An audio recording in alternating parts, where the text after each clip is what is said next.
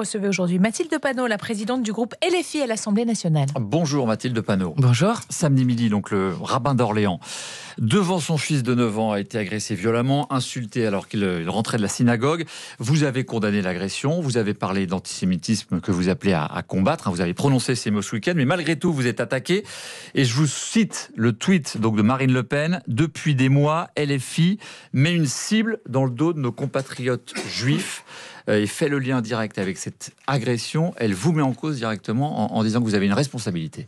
Alors je vais d'abord commencer à redire ce que nous avons dit hier, c'est-à-dire d'abord mon soutien au rabbin d'Orléans et à son fils qui a été témoin de l'agression, et saluer le civisme de celles et ceux qui se sont arrêtés, ont appelé la police, ont attendu avec le rabbin pour qu'il puisse être pris en charge et soigné. Ça, c'est la première chose. Ensuite, la deuxième chose, c'est que Madame Le Pen est totalement discréditée pour faire des leçons sur l'antisémitisme à qui que ce soit, puisque Madame Le Pen est notamment celle qui a encore dit récemment que ce qu'elle regrettait plus que tout au monde, c'est d'avoir exclu son père Jean-Marie Le Pen du Rassemblement national, celui qui parlait du détail de l'histoire, qui a été condamné pour crime contre l'humanité, et quand Marine Le Pen est aussi la présidente d'un groupe dans lequel siège Frédéric Boccaletti, libraire négationniste, ainsi que 15 députés du Rassemblement national qui se trouvent dans 2 groupes Facebook qui disent par exemple sous la photo d'une femme voilée « Hitler s'est trompé d'ethnie à exterminer » et appelle à tuer des personnes exilées, toutes les personnes noires de ce pays,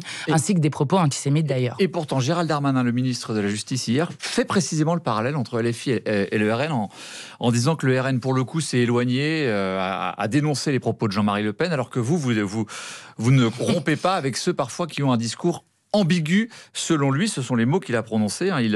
Il appelle les dirigeants, vous donc, à lever les ambiguïtés. Est-ce qu'il reste des ambiguïtés chez vous sur l'antisémitisme ? Mais non, je vais vous dire, il y a des campagnes qui sont menées contre nous et c'est absolument indigne. Ce qui s'est passé ce samedi, partout dans le pays, ce sont des marches immenses avec des gens par centaines de milliers qui ont défilé contre tous les racismes.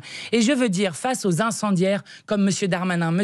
Retailleau, qu'il y a alerte dans ce pays. Il y a alerte quand le rabbin d'Orléans se fait agresser et tabasser dans la rue, comme il y a alerte dans ce pays quand Jamel Benjabala, dont personne ne parle, se fait écraser par 3 fois par un membre de la brigade française patriote, sous les yeux de sa fille de 9 ans, avec des insultes qui ont été maintes fois réitérées de bougnoul. Voilà ce qui est en train de se passer dans ce pays. Voilà pourquoi nous marchions aussi ce samedi, parce que ce qui est en jeu, c'est l'unité du peuple français. Et sur cette accusation récurrente d'ambiguïté, pour lever les ambiguïtés, il faut avoir des propos clairs. Donc si on reprend l'expression poison antisémite utilisée par Emmanuel Macron, est-ce qu'il y a un poison antisémite en France qui se propage et qui prend de l'ampleur ? Mais il y a un poison antisémite, il y a un poison islamophobe dans ce pays qui est agité par nombre de personnalités politiques, et ce poison ne vise qu'une chose. Le poison raciste vise à diviser le peuple français. Et je veux vous dire qu'il y a danger quand ceux qui portent juste le droit international et la voie de la paix sont qualifiés d'antisémites. Je parle de M. De Villepin, du pape, du secrétaire général de l'ONU, jusqu'à Jean-Luc Mélenchon, moi-même et d'autres. Parce que ceux qui font cela, non seulement assimilent et amalgament les personnes de confession et de culture juive dans notre pays avec un gouvernement d'extrême droite génocidaire, celui de Netanyahou, et nous nous refuserons toujours à faire cela, mais en plus ils affaiblissent la lutte légitime contre l'antisémitisme. Et encore une fois, ambiguïté, c'est quand on ne comprend pas tout exactement. On n'a pas le sentiment d'avoir tout compris sur l'affiche Hanouna. Est-ce que c'était une erreur ou pas ? Des cadres LFI ont dit que oui, à commencer par Manuel Bompard, mais Jean-Luc Mélenchon, lui, a dit dans un meeting, mais on ne savait même pas, on ne connaissait pas ces affiches, lâchez-nous avec ça. En gros, LFI n'a rien fait de mal dans cette affaire et plaide l'ignorance. Qui dit quoi dans cette affaire entre vos dirigeants ? Écoutez, sur le visuel, nous avons tout dit ce qu'il y avait à dire. Je crois que nous avons répondu à je ne sais combien de vos confrères sur cette question. Nous avons dit, il y a eu une erreur, il a été retiré, nous l'avons dit maintes fois. Donc maintenant, ça suffit de nous salir de cette manière. Et je veux le dire d'autant plus fort que derrière nous, il y a des millions d'électeurs et d'électrices qui sont eux aussi liés d'affection à des personnes de culture et de confession juive, qui sont eux-mêmes de confession et de confession juive et qui n'en peuvent plus. Et vous avez des militants... Notre seul tort est d'avoir combattu et de combattre toujours le génocide en cours en Palestine, et nous ne tairons pas sur cette question. Vous parlez d'erreur, donc on l'entend très bien. Quand on fait une erreur, on s'excuse. Est-ce que vous allez jusque-là ce matin présenter vos excuses à ceux qui ont été blessés par cette affiche qui rappelle donc les affiches des années 30. Regardez-vous dans un miroir un jour. Regardez-vous dans un miroir. Parce que je vais vous dire, le fait que les médias ne parlent jamais des 2 groupes Facebook dont je parlais juste avant, dans lesquels il y a 15 députés RN. Vous savez, moi je suis présidente d'un groupe parlementaire insoumis. Si dans mon groupe il y avait ne serait-ce qu'un seul député, un seul, qui avait été dans ce type de groupe, alors on m'aurait posé de manière légitime la question toute la journée.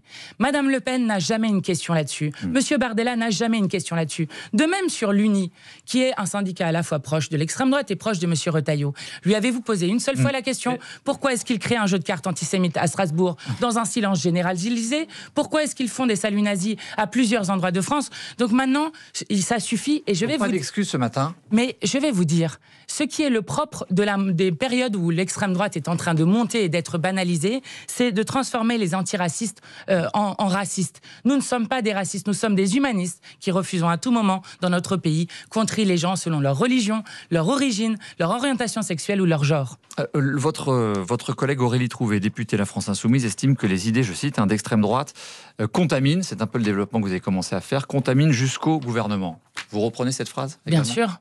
Vous vous rendez compte qu'on a un ministre de l'Intérieur qui parle des belles heures de la colonisation, qui parle des régressions vers les origines ethniques lorsqu'il parle des jeunes des quartiers populaires, et qui parle, comme sous Vichy, de français de papier. Il est d'extrême droite, Bruno Retailleau ? Il parle comme l'extrême droite, il agit aussi parfois comme l'extrême droite sur les actes qu'il pose. Notamment, rendez-vous compte que dans ce pays, on parle matin, midi et soir des musulmans, et notamment des femmes musulmanes, puisqu'on s'en prend toujours aux femmes et à la manière dont elles se vêtissent, et qu'on ne parle absolument pas, par exemple, d'un livre qui est sorti la semaine dernière, qui s'appelle 4,1, qu'il devrait interroger tout le monde, qui est sur la question de la mortalité infantile. Savez-vous que chaque année dans notre pays, il y a 2800 enfants qui meurent avant leur premier anniversaire, et d'ailleurs pour beaucoup d'entre eux avant leurs 28 premiers jours. C'est comme si il y avait chaque année 116 classes de maternelle dont les chaises se retrouvaient vides, notamment du fait des fermetures de maternité. On en a parlé sur RTL. Oui, ça devrait être une des choses qui agite tout le débat politique. Savoir comment on fait face au dérèglement climatique.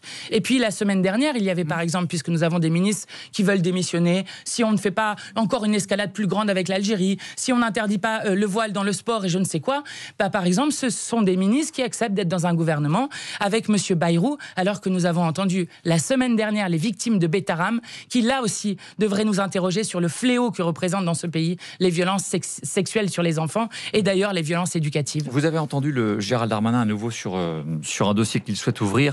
Il veut expulser les détenus étrangers qui purgent leur peine dans leur pays. Il part de ce chiffre. Un quart des détenus en France, donc 24,5%, sont étrangers et les expulser permettrait de lutter contre la surpopulation carcérale. Qu'est-ce que vous pensez de ce projet ?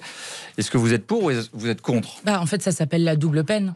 Voilà ce que ça s'appelle. C'est-à-dire que si vous avez la nationalité française, du coup, vous restez en prison en France. Si vous avez une double nationalité, on pourrait vous expulser à l'étranger. Donc, en fait, cela n'a aucun sens. Cela ne respecte pas l'état de droit. Et donc, nous ne sommes pas d'accord pour qu'on court derrière une répression toujours plus grande. Et je vais vous dire, parce que lorsque l'on parle de la délinquance dans ce pays, il y a la question où on fait une surenchère pénale à tout va, mais il y a la question qui est fondamentale de la prévention. Et quand vous avez un gouvernement qui n'a eu de cesse de détruire la prévention dans ce pays, de détruire les moyens humains pour faire de la prévention, je crois qu'après, ils sont très mal placés pour faire des propositions comme celle-ci. Sur les questions de politique intérieure, François Bayrou est donc depuis plus de 100 jours maintenant à Matignon. Est-ce que vous allez déposer une nouvelle motion de censure ? Nous le souhaitons, notamment lorsque François Bayrou annonce que finalement, il n'y aura pas d'abrogation de la retraite à 64 ans. Alors, nous n'étions pas dupes du conclave qu'il était en train de faire, mais je veux quand même qu'on réalise que nous sommes dans un pays dans lequel non seulement on accepte qu'on nie le résultat des urnes et la souveraineté populaire avec les élections de juin et juillet dernier qui ont battu largement la politique macroniste. Quand est-ce que vous la déposez cette... mais qu'on accepte aussi, attendez, je vais vous répondre tout de suite, mais qu'on accepte aussi qu'une réforme qui n'a jamais été votée ni à l'Assemblée, battue dans les urnes, puisse continuer, alors que ce que nous avions dit depuis le début est en train de se passer avec 30% en plus d'incapacité de départ avec incapacité. Quel est votre plan ? Vous le savez, si vous déposez une motion de censure spontanée, c'est-à-dire au titre de l'article 49.2 de la Constitution, il faut avoir 58 députés et vous ne pouvez en déposer que 3 dans l'année. Donc nous sommes en discussion, excusez-moi, avec les écologistes si le PS et va avec les vous communistes.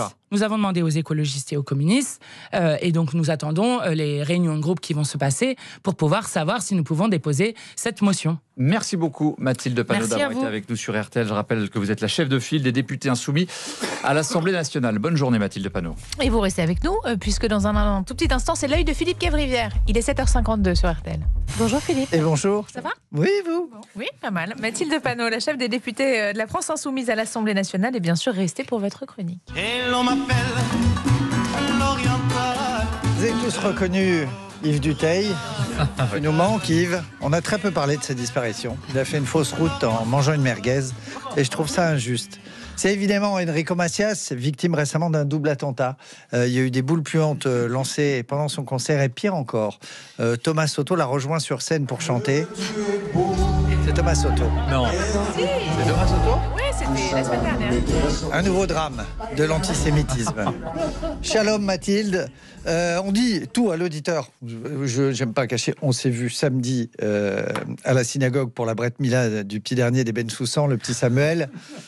Chut, c'est pas vrai. Mais non, mais déjà j'ai fait croire que j'avais fait Shabbat avec Mathilde Panot. C'est parce que je trouve injuste qu'on vous accuse d'antisémitisme. Et je fais un vrai travail moi de fond pour décoller cette image, car c'est horrible pour LFI d'être qualifié de parti plus antisémite que le RN, ex-Front National, parti fondé par les Waffen-SS et les sympathisants néo-nazis. Et c'est vrai qu'être plus antisémite qu'un néo-nazi, c'est pas simple, hein, c'est un défi quand même. Mathilde, vous êtes donc députée LFI et chef des députés et sapeur-pompière à temps plein. Vous passez votre temps à éteindre les polémiques. Une affiche chouïa antisémite sur Hanouna. Hop là, c'est Mathilde qui déboule. Slogan anti-police à la manif. Hop là, Mathilde. Mélenchon où spie un journaliste. Ouais, c'est reparti. J'ai l'impression que la prochaine fois, Mathilde, vous allez nous vendre des calendriers si vous continuez. Et alors justement, on a parlé de cette agression à Orléans, d'un rabbin frappé, mordu par un mineur de 16 ans. Et heureusement que vous n'êtes pas antisémite, Mathilde, parce que c'est vraiment un coup à dire. Ils font chier ces juifs à se faire tabasser pile l'avant-veille de mon interview. On revient sur les faits. Donc ce jeune homme a donc filmé dans un premier temps un rabbin. Bon, on s'est tous dit, c'est sûrement le petit-fils de Gérard Houry. Il fait Rabbi Jacob II. Très bien. Finalement, non. Puisque derrière, il a mordu ce rabbin, ce qui prouve qu'il n'est pas si antisémite, puisqu'il mange cachère. Et on sait déjà que ce jeune homme n'est pas musulman. Car il a mordu sa victime en plein après-midi. Et on sait très bien qu'en période de Ramadan, il est interdit de manger du rabbin entre le lever et le coucher du soleil. Les textes sont très clairs là-dessus. Attention. Oui. Bon, en tout cas, ce qui est sûr, c'est que cette agression est abominable. On a vu les images. Le rabbin était surpris par la soudaineté et la violence de cette attaque. On a vu les images. Déjà, les rabbins sont nuls en Krav Maga. Rien. Il a fait ça. Pas une clé de bras. Il a pu lui mettre un genou testiculaire et tout. Tu vois, ils sont bons. Bon, bref, ça c'est dommage. Le jeune homme a demandé au rabbin s'il était juif. Question un peu superflue, parce que souvent, quand même, moi j'ai noté d'expérience, les rabbins sont juifs. Apparemment, souvent. Le rabbin ne se doutait de rien au moment de l'agression. Il devait être trop occupé à diriger le monde et à posséder les médias tout en étant avocat et dentiste. C'est bien sûr une des conséquences du conflit au Moyen-Orient, car les Juifs de France sont tenus directement responsables de ce qui se passe sur place. Mais la question est que quand on mord un rabbin à Orléans, est-ce que ça va mieux pour les enfants de Palestine ? Y a-t-il un effet papillon ? Est-ce que quand on tape un juif en Val-de-Loire, on répare une toiture à Gaza ? Parce qu'il faut réparer à Gaza. Philippe, la politique avec l'une de vos chouchoutes, tiens, Elisabeth Borne, qui a déclaré qu'elle n'avait, je cite, aucune leçon à recevoir de personne sur la laïcité, ce qui prouve d'ailleurs au passage les fortes tensions quand même au sein du gouvernement. Je n'ai aucune leçon à recevoir en matière de laïcité. Ça, c'est ma babou. Ça, c'est ma babou que j'aime. Quand tu la regardes, de toute façon, moi, je l'ai rencontrée, tu sais qu'il ne faut pas faire chier Raoul. Elle avait déjà dit, je suis à la tête d'un gouvernement composé à moitié de débiles. Là, elle va nous dire, bon, je suis plus à la tête, mais je suis quand même entouré de débiles, ils sont toujours là. Gégé Darmanin, il a répondu, j'ai aucune leçon à recevoir non plus. Ça avance bien au gouvernement, je trouve. C'est celui qui dit qui est, l'autre il dit, tu veux ma photo ? Ouais, je la collerai dans mon album de singe. Et je pense qu'on aura fait le tour. Et en même temps, il y a Nono et Rotaillot et Gérald, ils menacent de démissionner à la moindre contre-arrêté. C'est vraiment des ados hypersensibles. Ouais, j'en ai rien à foutre. Si ma mère elle me laisse pas aller à la soirée, je me suicide. Et si elle me rend pas mon portable, je me ressuscite direct derrière. Bon, et pendant le même temps, François Bayrou lui fête quand même ses 100 jours au gouvernement. Oh, c'est fou, hein. Depuis qu'il est en place, François, je trouve qu'il y a un souffle. Non ? Il y a une énergie. Moi, j'ai l'impression de vivre à Monaco ou à Dubaï. C'est bien simple. Mais c'est normal, c'est l'état de grâce. C'est normal que ça aille si bien. Mais quand tu as Bétaram et l'aller-retour à Pau en jet dans ton état de grâce, ça compte quand même comme un état de grâce. Bon. Alors, ces 100 jours en ressenti, on est plus sur 4 ans. Mais c'est déjà mieux que mon Michel Barnier qui avait fait que 91 jours. En cadeau pour son anniversaire, François, il a eu 11 points de moins dans les sondages. Il a 27% d'opinion favorable. Encore 200 jours et il est en négatif.